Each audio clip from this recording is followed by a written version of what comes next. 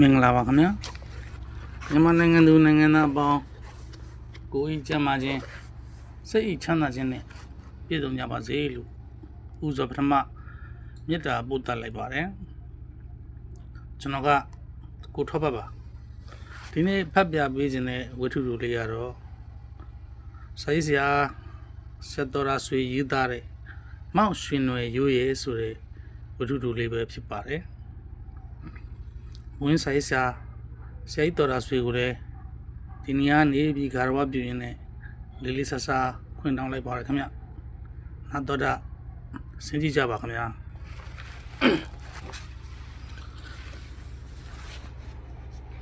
မောက်ရွှင်နွယ်ရိုးရဲတခါစကားကြားမှာပဲကျုပ်အဖြစ်တနေ့ရဲ့အရင်အမြင့်တရားခံကိုသိရတော့တယ်တကားလေးကစာရေးဆရာမဟုတ်လားဝတ္ထုရေးခြင်းရေးရအောင်ပြောလိုက်မယ်ဟောဒီမှာကြည်စမ်းဒီကုန်းအိတ်ကြီးကိုစင်ချတော့လှုပ်ထားတာမဟုတ်လားဒီစင်ချတော့မျိုးကျုပ်เจ้าမှာ၄ခုလုံးရှိတယ်ဟဲ့ကောင်လေးတွေသွားစင်ချတော့လှုပ်ထားတဲ့ဘူးတွေအစ်တွေယူခဲ့စမ်းနောက်ပြီးဟဲ့တုတ်ကြီးနဲ့မောင်ခိုင်နင်တို့နှစ်ယောက်ကစင်ဆွေကြီးတွေတယောက်တစ်ချောင်းထမ်းခဲ့ကဲတကားကျုပ်စင်ပုံတရံတော့ကျုပ်ကိုယ်တိုင်ပဲလှုပ်ပြမှာပဲဟောတာကရှေ့လက်နှစ်ချောင်းဘယ်ဘက်ခွာကဒီနေရာမှာညာဘက်ကဟောဒီအတိုင်းဒီနှစ်ခုအကွာကိုကြည့်ချင်းဖြင့်ကျုပ်စင်ရဲ့ရင်အုပ်အကျယ်ကိုသိနိုင်တယ်ကဲနောက်ချီနှစ်ခုနေရာချထားလိုက်အောင်မယ်ကဲတကားဇုံရက်နေတဲ့ကျုပ်စင်ကြီးရှေ့ခွာနဲ့နောက်ခွာကိုကြည့်တော့အလျားဘယ်လောက်ရှိသလဲဟဲ့ကောင်လေးနှစ်ကောင်လာစမ်းဒီစင်စွန်နှစ်ခုတယောက်တစ်ချောင်းမြောက်စမ်းဟဲ့ကွေးခုံခုံကြီးလှုပ်ထမ်းရသလားဟဲ့စင်ရဲ့ပုံတရံပေါ်အောင်အဲ့လိုပက်လက်ဟုတ်ပြီတုတ်ကြီးကဒီနာတိုးအစွဲကြီးအောင်နေနေချလိုက်မောင်ခိုင်ကရှေ့နေနေရွှေ့တုတ်ကြီးနဲ့ရင်မောင်တန်းညီပါစေကဲတကားကြည့်တော့ကျုပ်စင်ကြီးပေါ်လာပြီတကားမျက်စိထဲမှာတော့စင်ခွာ၄ခုရဲ့ကလေးနှစ်ယောက်စင်ဆွဲထမ်းတာရဲ့ဒါပဲမြင်မယ်ကျုပ်မျက်စိထဲမှာတော့ဟောဒီရှစ်တဲ့ကနေကြည့်လိုက်တယ်လာနရွယ်ကြီးကားနမောင်းကြီးတွဲနဲ့မာရင်ကြီးအမလေးကျုပ်စင်မာရင်ကြီးဗျလွန်ခဲ့သောအနှစ်40ကမြစ်ကြီးနားခရိုင်ဗမော်မြို့၏အောက်မြစ်ကမ်းပါမိုးတားမြို့တွင်မာရင်မြည်သောစင်ကြီးကိုမသိသူမရှိမချစ်သူမရှိဝေနီ60မြို့ရွာများတွင်ပင်နာမည်ကျော်သည်ရွှေကူမိုးတားဗမော်မြို့များသည်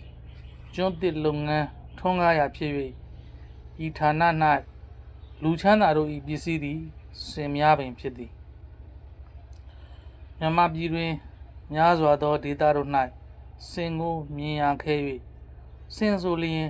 ဝိုင်းအုံ၍ကြည့်ရှုကြသည်ရန်ကုန်တရိษံယုံကြီး၌ပင်စင်ကိုထားရသည်တရိษံယုံနှင့်လာကြသူတို့သည်စင်ကိုမြင်ရယုံနှင့်အားမရ၍ပိုက်ဆံပေးပြီးစီးကြသူများကိုပင်နေစဉ်တွေ့နိုင်သည်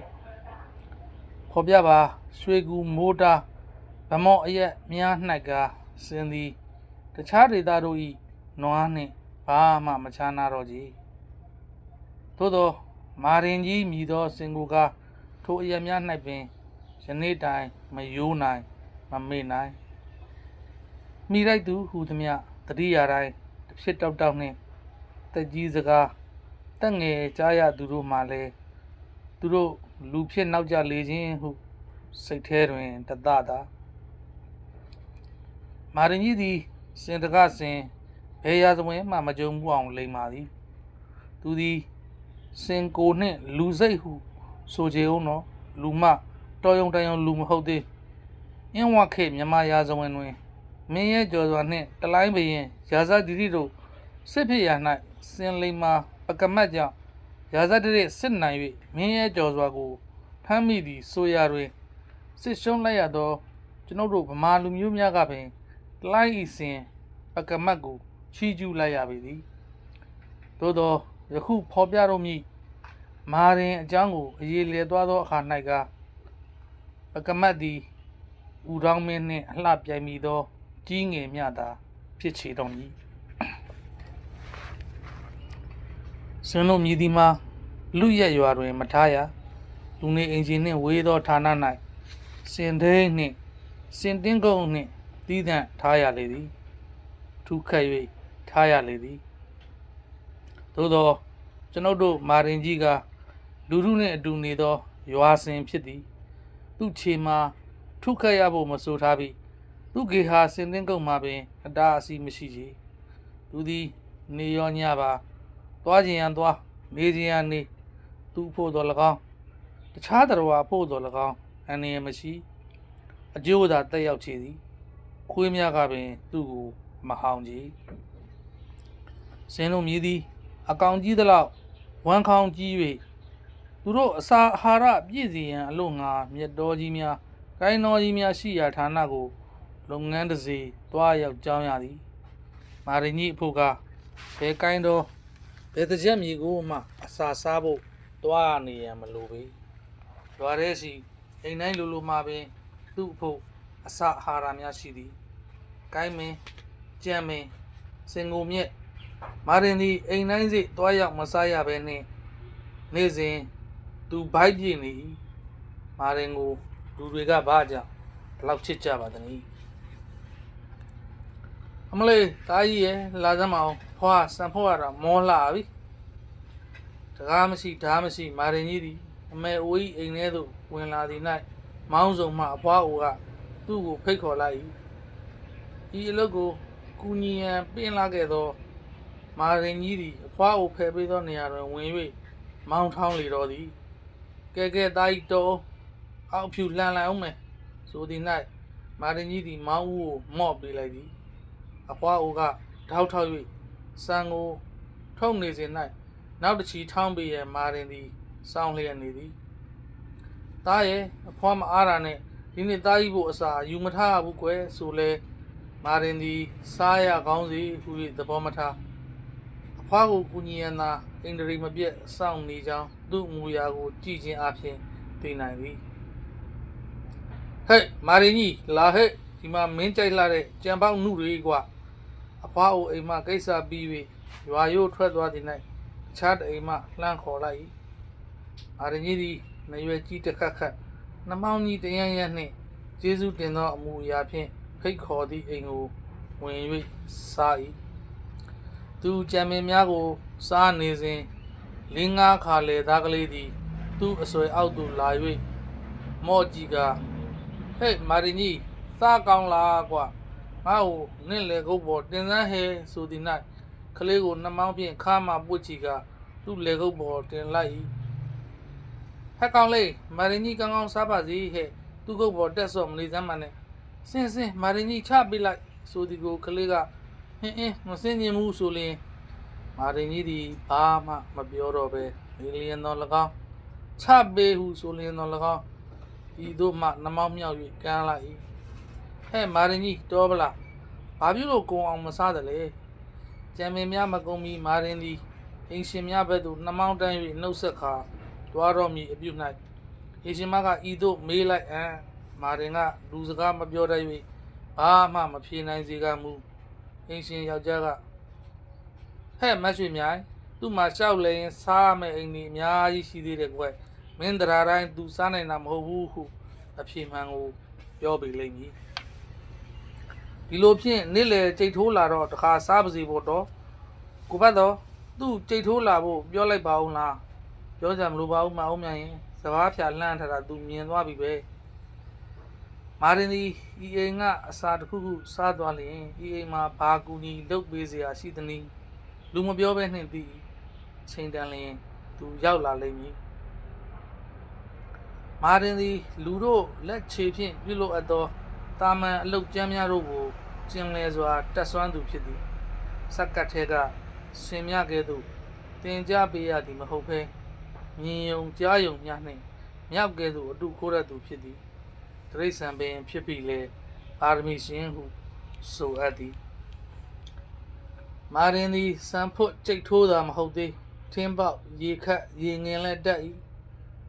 လက်တစ်ဖက်တည်းရှိသူသည်တထောင်နှင့်ရည်၍ရေငင်သည်ကိုမြင်ဘူးပါကမာရင်နှမောင်းနှင့်ရည်၍ရေငင်သည်ကိုဘာမှအံ့ဩစရာရှိမည်မဟုတ်ပေသူသည်ညနေရေခတ်ချိန်များ၌ဖွားအိုနှင့်မိန်းကလေးများကိုအကူအညီပေးလေရှိသည်မြစ်စိတ်ရေချိုးရာမှလည်းကလေးတငယ်များနှင့်မိန်းကလေးများရှိရာဌာနတွင်သူချိုးတတ်သည်မိန်းကလေးများကသူကြောပေါ်တက်ထိုင်ကြ၍သူကနှမောင်းကြီးနှင့်ရေတဖွာဖွာကစားနေတတ်ပုံကိုကာလာသားများကသူ့အားစင်နောက်ပိုးကြီးဟုလောင်ပြောင်ခြင်းကိုပင်ခံရဘူးသည်တို့ရတွင်3-4ချိန်မကကလေးများမိမပြိုများရေနစ်သည်ကိုကယ်ဆယ်ဘူးသည်၌ကိုရွှေကာလာသားတို့သည်ပင်သူ့ကိုလေးစားလာရချေသည်ရေနစ်သူတို့၏မိဘသားချင်းများကအဘယ်ပြောဖွယ်ရာရှိတော်အပ်မည်ဘုရားဘာသာလာရသည့်ပွဲတော်များတွင်မာရင်သည်ထင်ရှားသူဖြစ်လေသည်ဖျားပင်လျင်သူ့ကြောပေါ်မှာဖျားပွဲလှဲ့လျင်သူသည်ရှေ့ဆုံးကစိနုတော်ကျောင်းဆောင်ကိုတည်ဆောင်လေကျောင်းတိုင်းဇေယျတိုင်ထူရာတို့မှလည်းသူ့အကူအညီကိုယူရသည်အချို့အင်ကြီးရခိုင်ဆောက်သူများပင်သူ့အားခေါင်းတိုင်းထူပေးစေခြင်းကိုဂုဏ်ယူပြကြသည်ပကြံတွင်မှာမာရင်ရေကစားလေသည်ယွန်တန်နှင့်ပိုင်လုံးနှင့်ကလေးတငယ်များကိုဖောင်းကားထဲမှာရေစီပိုင်းမှာသူ့ကြောပေါ်တင်စီလျက်ရွာရုပ်လျှောက်လေ၏ရေစီရှိရာမှပါဇက်ထဲတွင်ရေငုံလျက်အင်ကြီးပေါ်ကအပြိုစင်တွေကိုနှမောင်းချီကြီးဖြင့်ရေစင်ပက်ဖြန်း၏အပြိုစင်တို့ကဝင်းသာအားရဂုံယူကြသည်သူ့ကိုပြန်၍ပက်ဖြန်းသည်ဝါဆိုပန်းခူးချိန်၌၎င်းမြိုင်ခွင်တွင်သဇင်သင်းချိန်၌၎င်းသူသည်ပြိုကညာတို့၏မိတ်ဆွေကြီးဖြစ်သည်ပြိုပေါ်တစ်တိုက်ကိုကြောပေါ်တင်ကစုံချီကိုလျှောက်လေသည်ခါချင်းထူသောပန်းကိုသူ့နှမောင်းနှင့်လှမ်း၍ခူးသည်သူ့နှာရံကိုခါချင်းများနှံပြီးဆိုကပြိုတို့၏လက်ပွားဖြင့်ပွတ်တက်စေသည်မာရင်နှင့်သွားမည်ဆိုလျင်မိမပြိုတို့၏လူကြီးမိဘများသည်အဆအရာရာကိုစိတ်ချသည်မိမပြိုတို့ကလည်းမာရင်ကြောပေါ်မှာဆိုလျင်ဖောင်းကားမပါခြင်းနေကြောကိုခွကာရှင်းနောက်တယောက်ခတယောက်ကင်ကာစီးကြသည်အနီပုံကိုကာလာသားများမြင်ကြ၍နှုတ်ဆော့သောသူကမာရင်ကြီးတို့ကတဲကြောရတာယူတာပဲကွာဟု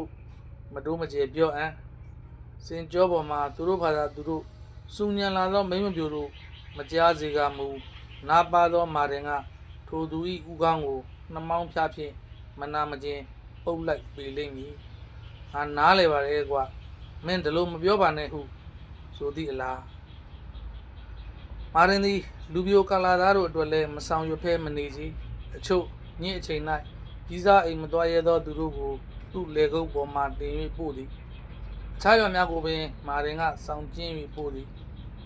မာရင်သည်ကလေးထိန်ကလေးချီလည်းအင်မတန်ဝါသနာပါ၏ရက်ရွာတွင်တိမ်အိမ်၌ကလေးမွေးပြီးကြာအံ့သူစောစောစီစီတွား၍ကြည့်သည်ဤမွေးကင်းစကလေးကိုပင်သူချီလို၏မိဘတို့ကလည်းမာရင်၏နှမောင်းခွင်ဆို၌လျှင်ဤမွေးကင်းစကလေးကိုပင်စိတ်ချ၍ခဏပေးချီကြ၏ဒီနေ့ဒီချိန်စင်ရသားလူကြီးမိဘများအလုံးများမိအချိန်ဆိုလျင်မာရင်ကလေးထိန်ရအောင်ရောက်လာပြီသူကြောပေါ်မှာဖောင်းကားပါသည်ထိုင်နိုင်စထနိုင်စကလေးများကိုဖောင်းကားတဲ့ထည့်ပေးလိုက်၏ကလေးချင်းကုတ်မှာဖဲ့မှာဆို၍တော်တော်ကြီးသောကလေးတစ်ယောက်ကတော့လိုက်ရသည်တစားနှင့်ကာလကြာမြင့်သောမာရင်ချီကဲ့ထိန်ငယ်သောကလေးများသည်အချိန်တန်၍အရွယ်ရောက်ကုန်ကြ၏သူတို့သည်မာရင်ကြီးကိုချစ်ခင်အားကိုးကြကုန်၏အချို့လူယိုအပြိုများသည်အိမ်တွင်းရေးကိစ္စ၌၎င်းအချစ်ကိစ္စ၌၎င်းအခက်အခဲတွေ့ရသည်ကိုပင်မာရင်ကြီးနှမောင်းကိုကန်၍ငိုယိုကတိုင်တန်းတတ်ကြကုန်၏လူအိမ်တော်ရေးကိစ္စမှာမာရင်ဘာမှမတတ်နိုင်ကြောင်းသိကြတော့လေသူတို့ကိုငယ်စဉ်ကချီပိုးခဲ့သူကြီးအားဤသို့ငိုယိုတိုင်တန်းကြရသည်ပင်တမျိုးတစ်ဖုံစိတ်သက်သာရာရသလိုရှိကြ၏ကျွန်တော်တို့အမျိုးသည်မိမတယောက်ကိုအစွဲကြီးအမြဲကြီးချစ်ပြည်သည်အခြားမဲ့၌နောက်တယောက်ကူးပြောင်းရန်အင်မတန်ခဲရင်သောလူစားများဟုဆိုရမည်ကျွန်တော်ဖခင်သည်ကျွန်တော်မိခင်ကွယ်လွန်သောအခါအသက်30မျှရှိအောင်မည်ရွယ်ကောင်းရုပ်ကောင်းအလုပ်ကောင်းသို့သောနောက်ထပ်အိမ်တော်မပြုတော့ပဲတူဒီသောသားကျွန်တော်ကိုပင်လှုပ်ကြွေးပြုစုခြင်းဖြင့်အသက်အရွယ်ကြီးခဲ့သည် ကျွန်တော်ဖခင်မှာစင်ပိုင်များနှင့်တစ်တော်လုပ်ငန်းပိုင်ရှင်ဖြစ်၍ဤခေတ်၌မျက်နှာဖြူများတစ်တော်အရာရှိများတကိုးထွားရသောကျွန်တော်အားခေတ်ပညာကိုသင်စေရန်မန္တလေးမြို့သို့ပို့ထားသည်ကျွန်တော်မှာအသက်ကြီးမှကျောင်းတော်ရသူဖြစ်၍ဖခင်ကွယ်လွန်သောအခါ၌19နှစ်သားဖြစ်ပါလျက်အင်္ဂလိပ်မြန်မာရှစ်တန်းမြမအောင်သေးချေဖခင်ထံမှကြံခဲ့သောအမွေမှာအိမ်တွင်းပစ္စည်းအနှဲငယ်များနှင့်စင်3ကောင်ဖြစ်သည်ဤစင်3ကောင်နှင့်မာရင်1ကောင်အပါအဝင်ဖြစ်လျက်ခိုင်းစင်2ကောင်သာဖြစ်တော်သည်မာရင်ကိုခိုင်းမရ၍မဟုတ်အခြားစင်တွေထက်ပင်အသိဉာဏ်အရာမဆိုထားနှင့်ခွန်အားပလမှလည်းတာသေးသည်သို့သောသူ၏ထူးခြားလိမ္မာမှုရရွာ၏ချစ်ခင်မှုကြောင့်ခိုင်းရဲ့မစီရပဲအချစ်တော်ကြီးအဖြစ်နှင့်ရွာထဲတွင်ထားရခြင်းဖြစ်သည်သူအားပင်ပင်ပန်းပန်းခိုင်းမိဆိုလျင်တရွာလုံးကတားမြစ်ကြမည်ဖြစ်သည်ကျွန်တော်တို့ကိုမုန်းကြမည်ဤစင်များကျွန်တော်အစီအမံအခန့်အခွဲတွင်တည်သောအခါ၌ကျွန်တော်မှာတစ်တော်အလုပ်ကိုမကျွမ်းကျင်၍၎င်းဖခင်ဆန္ဒကိုပြည့်စုံစေရန်အတွက်၎င်းခိုင်းစင်2ကောင်ကိုရောင်းပြီးရောင်းဆက်၍နေပါသည်ရွာတွင်ကြံခဲ့သောအိမ်တစ်လုံးနှင့်အတော်တယောက်နှင့်မာရင်ကိုကဘာမှပူပင်ကြောက်ကြဖို့ရှိရန်မလိုပေမာရင်သည်ရွာ၌တခိုးများကိုပင်ဖမ်း၍တကြီးအိမ်ပို့ဘူးသူဖြစ်၏ညင်ချိန်သူရွာထဲသို့လျှောက်တက်၍အိမ်ဖောက်နေသောတခိုးကိုတွေ့အံ့အသာနောက်ကခြေတံမကြအောင်ချောင်းသွားပြီးတကြီးအိမ်ပို့တော်သည်ကျွန်တော်ကျောင်းနေစရိတ်မှလည်းစင်နှကောင်ရောက်လိုက်ခြင်းဖြင့်9000ကျပ်ကြော်ရ၍ဤခေတ်၌6တန်းအောင်လင်အလုပ်ကောင်းကောင်းရနိုင်ပေရကောင်းစွာဖူလုံလျက်ရှိကြပြီယင်းတို့အစအရာပြည့်စုံလျက်ကျွန်တော်ဂျမာစိုးဖန်တီးလာသည်ကချစ်ကိစ္စဖြစ်တော်သည်နေဆွဲ1285ခုနှစ်ပြာသူလာဇန်3ရက်ကိုထွန်းတော်ကျမချီရေးကိစ္စဖြင့်တိမ်မယောင်နှင့်နဲ့လွယ်မယောင်နှင့်ခက်ကြတော်မူမြန်ပြန်၍လာခဲ့ပါဦးဘယ်ညကျမစီလာနိုင်မည်ကိုလည်းကြိုတင်၍စာရေးပါဒေါခင်ပုလိပ်စာနဲ့ပဲရေးပါရှင်နဲ့ထိတ်ထိတ်နဲ့ခင်သည်ကျွန်တော်ဒီမန္တလေးမြို့စိတ်ပီတာကျောင်း၌6တန်းစာမေးပွဲဖြေရခါနီးအပူတပြင်းစာကြိုးစားနေစဉ်အထက်ပါရောက်လာသောစာကြောင့်လူငယ်တို့တဘာဝစာအုပ်များကိုချက်ချင်းတွန်းဖယ်၍ပြစ်လိုက်ပြီးကြာသူလာဇန်9ရက်အသက်နှင့်ထပ်တူချစ်သောနိစာကိုယခုပဲရသည်ချက်ချင်းစာပြန်သည်နှစ်ပြန်လာဇန်6ရက်နေ့တင်းမောကိုဆင်းပြီး10ရက်နေ့ညနေကိုတော့အိမ်မှမိုးတားကိုရောက်မည်ဤစာသည်ကိုတော်စီးခဲ့သောတင်းမောနှင့်အတူပါခဲ့၍ထိုညဗမောကိုရောက်ပြီးနောက်တနေ့မှနိလက်ထဲရောက်မည်ဖြစ်သောကြောင့်လာဇန်9ရက်နေ့ညနိစီအရောက်လာခဲ့မည်ခါတိုင်းလိုပဲနိကိုမိနီကလေးချက်ပြလိုက်မည်အသက်နှင့်အချစ်ကိုတွဲ၍ထားသောနိချစ်သူတော်ကျွန်တော်ချစ်သူနီမှာဗမော်မြို့မှလူချမ်းသာသမီးဖြစ်သည်သူမိဘများလဲတစ်အလုပ်ပင်ဖြစ်ပေရာကျွန်တော်ဖခင်နှင့်ရင်းနှီးခင်မင်ခဲ့သည့်လျောက်ကျွန်တော်သူတို့အိမ်သို့တွာလာဝင်တော့ဖွင့်ရခြင်းဖြင့်မက္ခနီနှင့်ချစ်ကြိုက်သွားခဲ့သည်သူမိဘများလဲရိတ်စားခဲ့မိပါသည်မက္ခနီကရုပ်ရည်ချောသလောက်ကျွန်တော်ဥပရိယုတ်မှာညံ့ညင်းသူမိဘများမှာစင်15ကောင်များရှိ၍ကျွန်တော်ဖခင်မှာ3စီးများရှိတော်လဲသူတို့မှာမွေးချင်း9ယောက်ရှိ၍ကျွန်တော်မှာဒူရီသောသားဖြစ်ခြင်းကြောင့်ပစ္စည်းအရာမှာလဲမနှိမ့်ကြသဖြင့်သဘောမတူရန်အကြောင်းမရှိဟုယုံကြည်ခဲ့ပါသည်ယခုမှအဘယ်သို့ပြောင်းလဲခြင်းရှိကြည်သနည်းကဲမာကြီးငါဒီလိုအရေးတကြီးပြန်ခဲ့ပြီဒီလိုညအချိန်မှာမင်းကြောပေါ်ဖောင်းကားတင်တာနဲ့ဘယ်ဟိုသွားမယ်ဆိုတာပြောစရာမလိုတော့ပါဘူးကွယ်ကျွန်တော်ဖောင်းကားကြိုးများစက်ကြနာနာချီပြီးနောက်မက်ဝတ်နေသောမာရင်ကြောပေါ်တွင်တင်ရင်ပြောလိုက်သည်ကျွန်တော်ဖောင်းကားတဲ့ရောက်သည်တွင်မာရင်သည်ဝတ်ရမှထ၍အမော်မျိုးစီသို့ချီမြန်တုတ်တော်သည်တကြီးခေါင်းကြချိန်၌မက္ခနီအိမ်တော်ဖေးစီသို့ရောက်လေပြီပတ်ဝန်းကျင်အချိန်လေးကြည့်ရ၌မနုဿကင်းသမားတဲ့စိတ်ချရသောမာရင်သည် ငိမ့်သက်သောခြီလန်းတို့ဖြင့်မခင်နီအိတ်ခမ်းပြတင်းရှိရာတဲ့ရစီရောက်ရက်တက်လိုက်သောအခါ၌ကျွန်တော်သည်လက်နှိပ်ဓမ္မီငယ်ရိတ်အဝကိုဆက်ကူနီအုပ်၍မီးဖွင့်တော်မိတ်တော်ပြုတ်လိုက်သည်မခင်နီစီကအနီအောင်တစ်ချက်ပြန်လိုက်သည်၌ကျွန်တော်ရက်လိုက်တော့သည်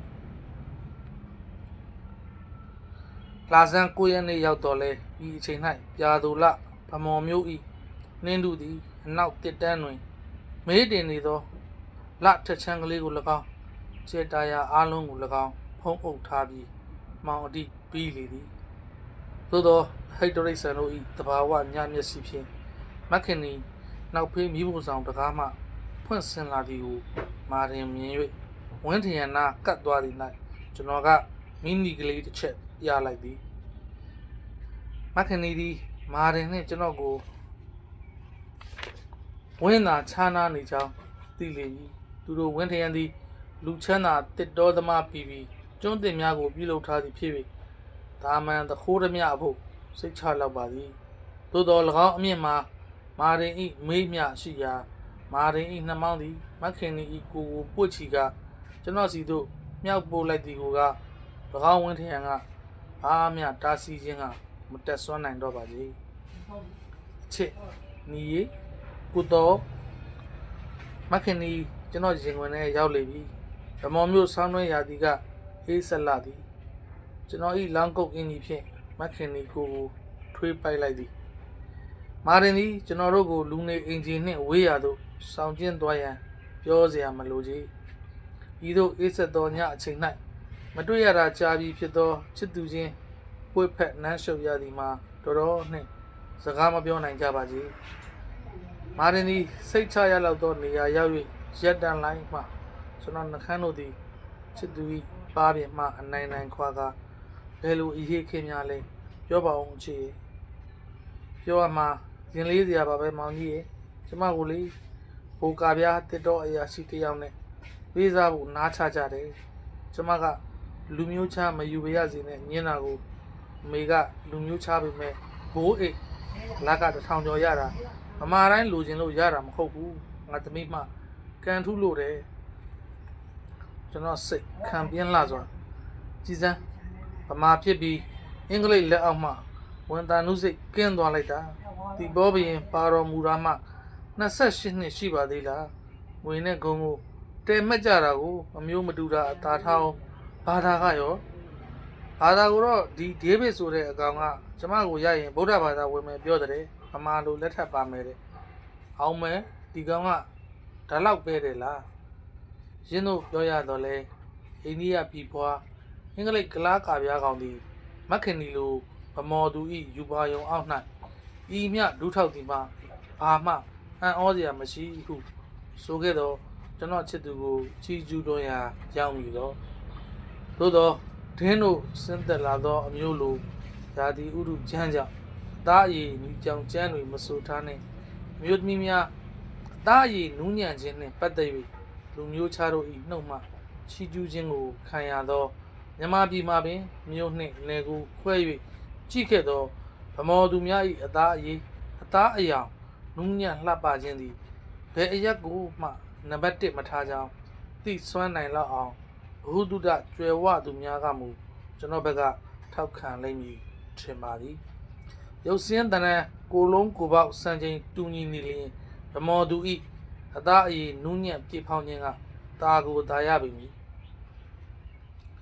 ဤချိန်၌ကျွန်တော်ချစ်သူမက်ခင်နီအလှမှာကတာမမြကြီးနာအထိအထက်မြင့်ညာဒေသဝယ်မိမလာတို့ပေါက်ဖွားရာ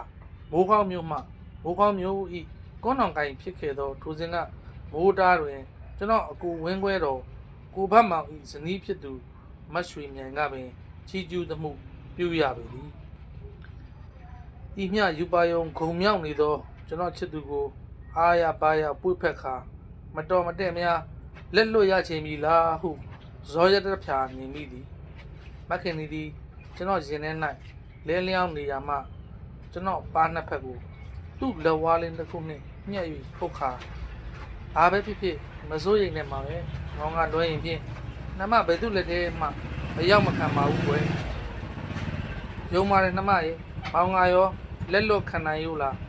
ဒါနဲ့ မောင်နဲ့နှမချစ်နေကြောင်းပြောမပြသေးဘူးလားလူကလေးသည်စိတ်လေးလှဟန်နဲ့ပြောပြလို့အကြောင်းထူးမယ်မထင်ဘူးမောင်ရဲ့သူတို့အစကတည်းကမသိခဲ့ကြတာမှမဟုတ်ပဲသို့တော့ဝတ္တရားအတိုင်းနောက်ဆုံးအချိန်မှပြောပြရမှာပဲဟုတ်ပါပြီဒီလိုကိုတောင်ဝန်ကုန်လို့သူတို့ကရှော့မပေးဘူးဆိုရင်ဖြင့်မောင်အသက်နဲ့လဲလို့ယူမယ်နှမကြီးလူသားစန္ဒရီတဲ့စိတ်ချရသောမာရင်ဤကြောပေါ်တွင်ကျွန်တော်တို့ချစ်တင်တော်ရသည်မှာအကယ်တမ်းမာရင်အိတ်ငတ်၍ရန်သူနှင့်မိအောင်တော်နှံနှင့်ဓာမဆူထားနှင့်ကြားကိုဖြင့်မကြောက်ရပေတို့ရတွင်မခင်နီဆက်ရမှခွာခဲ့သည်မှာအချိန်တိတ်ကြာနေ၍ဖြစ်အံ့လောထိုညဖို့ပြောစရာစကားကုန်နေ၌မခွဲနိုင်မခွဲရဖြင့်ပြန်၍ပို့လိုက်ရသည်မခင်နီဘေးမသည်ရမခသူ့အိတ်ခမ်းရောက်၍မိနီကလေးပြလိုက်မှကျွန်တော်တို့မိုးသားသို့ပြန်ခဲ့တော်သည်ကျွန်တော်ဒီချစ်ရေးကိစ္စအတွက်စာမေးပွဲကိုဥပ္ပခါပြုကာမန္တလေးသို့မပြန်မဲဘိုးတားမှာပင်သတင်းဝရင်နားထောင်နေခဲ့ရာ9ရက်မြအကြာတွင်လူလွတ်၍ကျွန်တော်စီစာတစောင်းပို့လိုက်သည်မောင်ဘိုးညကစင်ချီယာရီမနဲ့မှာအဖေတို့တွေ့သွားလို့တိသွားကြပြီကျမကိုမေးတော့ဖွင့်ပြောလိုက်ပြီမောင်နဲ့ပဲ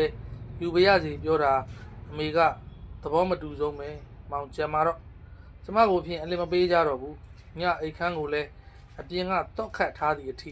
ဖြစ်နေပြီရှေ့အင်္ဂလိပ်လာဇန်းမှာဟိုမျိုးမစစ်တဲ့ဒေးဗစ်ဆိုတဲ့ကောင်နဲ့မင်္ဂလာဆောင်နေတယ်ကဲမောင်ကြီးနှမဖြင့်မောင်နဲ့မပေါင်းရရင်အသက်ကိုပဲအသေးခံပါရစေတော့အချိန်မရှိဘူးကြံပါတော့မြန်မြန်မောင်ကိုအသေးသေးနစ်နေအောင်ချစ်တဲ့နီမစိုးရိမ်နဲ့နီမောင်အခုညပဲလာခဲ့မယ်ထုတ်ဘိုးပြင်ပြီးအိတ်ခမ်းတွေကပဲစောင့်ခေါင်းရင်းဘက်ကပြတင်းဖွင့်ထားမောင်နှမအိမ်သားရောက်တော့မီးနီပြလိုက်မယ်နှမကရှီချောင်းပြန်ပြနှုတ်ပြီးအိမ်ကလူတွေအားလုံးစိတ်ငြိမ်လို့အိမ်မောကြလောက်ပြီဆိုတော့မီးစိမ်းပြလိုက်နှမမောက်မရရအောင်ဆောင်ကျင်းမယ်အသက်နဲ့မခွဲပဲချစ်မယ်မောင်ရော့မခင်ဘူးဒီညနေသူ့လက်ထဲမရောက်ရအောင်ထဲပါမခင်နီလူယုံတော်ကိုပေးလိုက်သည်စိတ်ချပါမောင်ထွန်းတော်ထိုညသည်လာဇန်14ရက်နေ့ဖြစ်တော်လဲစောင်းရသည်မြင့်ညာနှင်းထုတွင်ဖိုးတော်ရာခေါင်းမပေါ်နိုင်ကြီးမုံမေးမေးနှင့်ရေးရေးမြသာသူရှိချောင်းအလင်းရောင်ကလေးပြေးနိုင်ရှာသည်လူကြီးတိတ်မှပင်မခင်နီအိမ်စီရောက်၍သူအသင့်ရှိချောင်းအဖြေရသည်တစ်ပင်အောက်၌မာရင်ကြီးသည်မတုံမလို့ရက်နေ၍တနာရီမြအကြာ၌မခင်နီအိတ်ခမ်းစီမှမိပြကလေးမြင်ရပြီဤခါ၌ကျွန်တော်သည်မာရင်ကြီးအားသူတို့အိမ်နောက်ဖေးဝင်းထရန်စီသို့သွားစေကကဲမာကြီးအတန်မကြောက်ဝင်းကိုတွန်းလဲတော့ကွာထက်မြမပြီးဤလိုအေးချမ်းသောဆောင်းရာသီဝယ်လူသည်၎င်းခွေးသည်၎င်းအိမ်မိလျင်တောင်တန်ရုံးနှင့်နိုးခဲ့ပြီချင်းဤခွင့်ရေးကိုဖြင့်ကျွန်တော်တို့ရပြီမကြမီ၌နောက်ဖေးဝင်းထရန်အလဲတွင်မာရင်ကြီးသည်မခင်နီ၏အိတ်ခမ်းပရင်းပေါအောက်သို့ရောက်သည်သူတို့နှစ်ထပ်အိမ်တွင်အပေါ်ထက်ကမြင့်လာ၍စင်မော်မှပင်ကျွန်တော်တို့အသင့်ယူခဲ့သောလှေကားကိုထောင်ဝေးလိုက်ရသေးသည်နီးအထုပ်တွေအရင်ပစ်ချလိုက်ကိုဒီကစီးဖမ်းမယ်ကျွန်တော်မတ်တက်ရ၍လက်လန်းကတယောက်မှုံကြီးတော့မြင်ရသည်အေးဟုတ်ပြီသုံးပလားစင်အသာပြေးစင်ဟင်းနီးမောင်းလက်ထဲရောက်ပြီပေါ့ကွာကျွန်တော်လေကားကိုဖြုတ်လိုက်ပြီးကဲမာကြီးတောက်တော့လေနှစ်ယောက်တည်းဆိုရင်မောင်ရဲ့ရေဝရက်တောင်ထိပ်နေချင်းရင်ခုသွားတဲကန်နာရစာဟာရမရှောင်းနဲ့နေမမြင်ရေပြင်ခဲ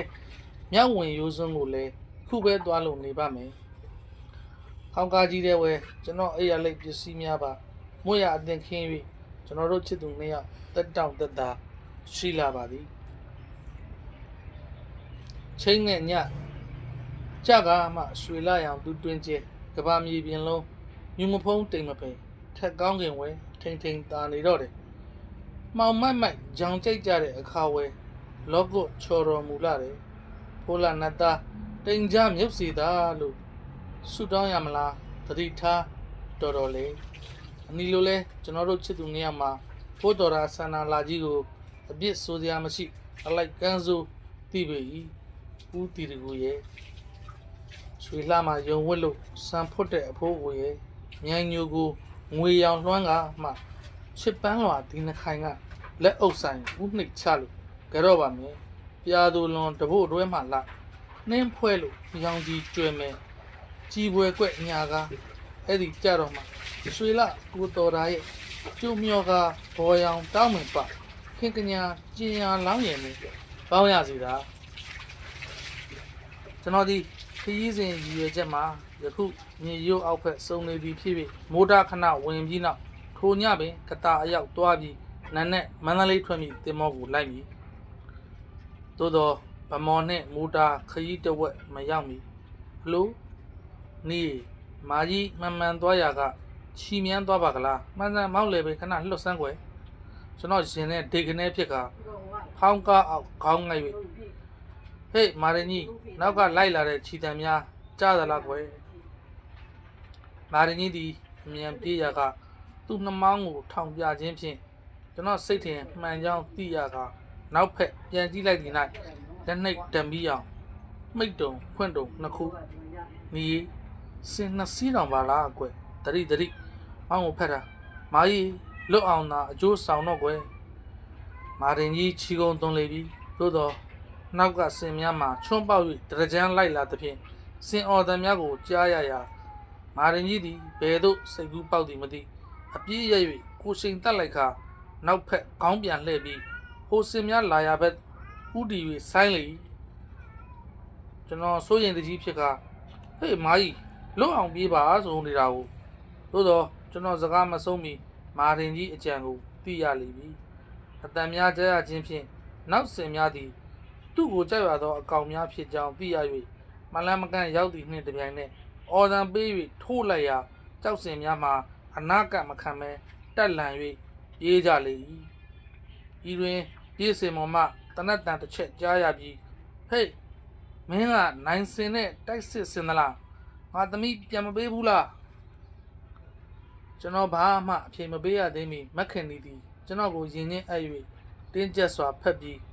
မောင်မိကိုပြန်မအပ်ပါနဲ့နော်ဟုဆိုကားအတန်ကြဲကြဲဖြင့်အဖေသမီးတို့ချစ်ချင်းကိုမခွဲပါနဲ့တော့သမီးတို့ခရီးလွန်ခဲ့ပါပြီရင်းသည်၌သူဖခင်၏နှုတ်မှအဖြေကိုမကြားရတော့ပဲဒိုင်းအမလီမောင်မခင်နီကိုသည်ကျွန်တော်ရှင်ဝင်မှပျော့ခွေ၍ကျသွားပါပြီကျွန်တော်ကိုဤတနေရာထဲမှာလဲမိကြီးကဲနဲ့ထိုးလိုက်တဲ့ချင်းခံရပါပြီ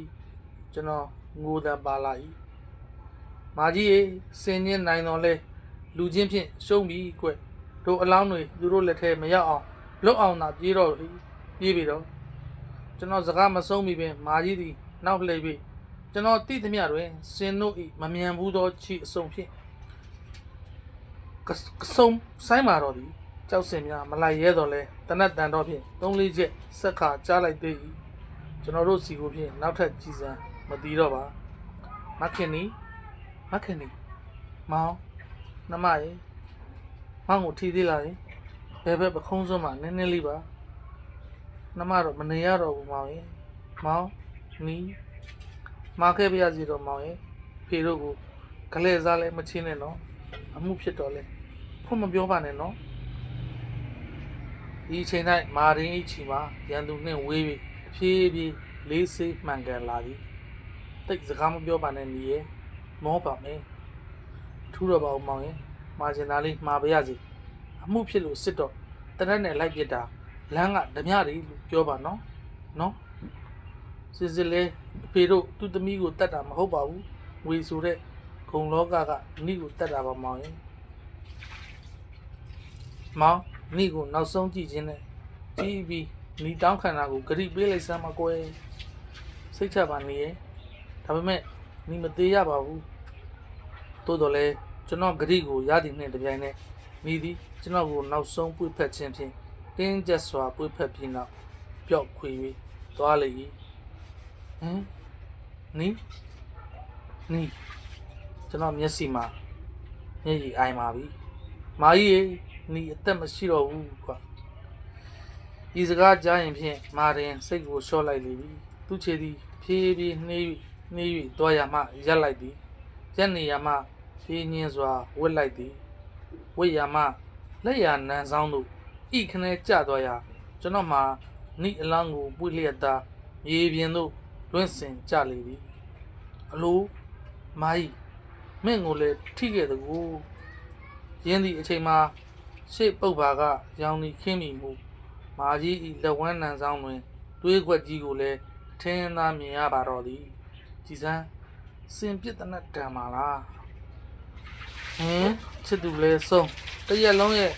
ချစ်ချင်းမြတ်တာကိုခံယူတဲ့တာမန်လူတို့ထက်အသိဉာဏ်ရှိတဲ့ကျွန်တော်ကိုနိုးစုပ်ကလေးအရွယ်ကစပြီးချီပိုးယူရခဲ့တဲ့မာရင်ကြီးအခုကျွန်တော်အကျိုးဆောင်ရင်းနဲ့ပဲကိုကျိုးနဲချပါပေါ့လားကျွန်တော်ဒီနိအလောင်းကိုပွေလျက်မတ်တက်ရက်တီတွင်မာရင်သည်သူ့ရှေ့မောက်သို့လာ၍နှမောင်းကန်းသည်နှင့်ကျွန်တော်သွားပါသည်သူ့နှမောင်းနှင့်ကျွန်တော်ကိုအသာအရာပတ်ခါသူ့လေပင်ပေါ်မှာလဲလျောင်းပါစေသည်သူသည်ကျွန်တော်နှင့်နိအလောင်းကိုကြည့်ကာမျက်ရည်တွေကျသည်အစုံ၌ခြိများလက်များဆန့်၍သွားလေတော့တည်းမက္ခဏီဆုံးနာကိုဖြင့်အထူးသဖြင့်ကျွန်တော်တရားပဲပူဆွေးတော့ကရောက်ရတယ်မာရင်ကြီးအတွက်ကိုတော့တရက်လုံးမှာနိုးစို့အရွယ်ကစပြီးလူမျိုးအပြိုးဖွားကိုအဖိုးအထီး